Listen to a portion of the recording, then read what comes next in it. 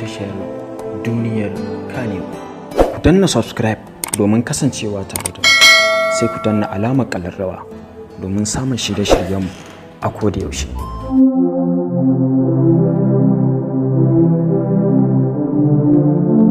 Lawan Ahmad ɗaya daga cikin jaruman da suke taka rawa a cikin fina-finan masana'antar Kannywood.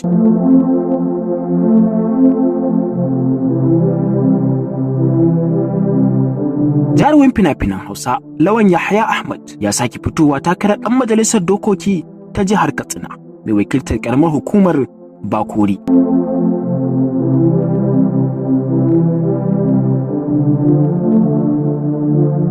Lawan ya bayyana aniyarsa ta fitowa takarar ne sakamakon rasuwar tsohon ɗan majalisar Honorable Abdulrazak Ismail Tsiga, wanda Allah ya masa rasuwa kwanaki 9 da suka gabata.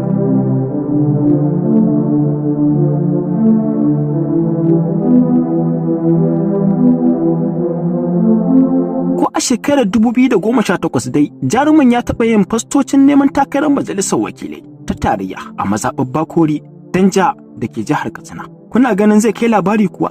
Muna jiran ra'ayoyinku a ɓangaren sashinmu na comment. Kada ku manta ku danna subscribe domin samun labaran Kannywood da ɗuminsu daga tashar duniyar Kannywood.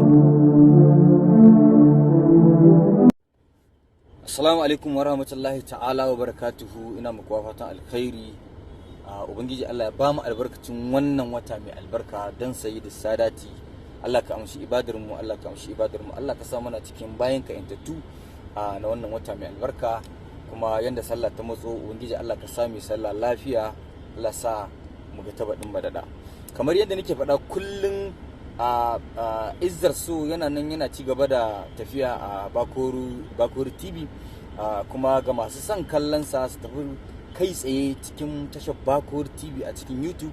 A nan ne za su kalli original Izzar So, saboda duk inda suka ga an rubuta Izzar So in dai ba a Bakori TV bane ba to ƙarya ne, kawai mayo da rani wanda suke ɗaukar sunan Izzar So suke amfani da shi a tashar su domin a bi su, kuma an bi su ba Izzar So bane a ciki. Saboda haka Izzar So a Bakori TV kadai ake kallon sa. Ku danna subscribe domin kasancewa tare da mu, sai ku danna alamar ƙararrawa domin ganin shirye-shiryenmu a koda yaushe.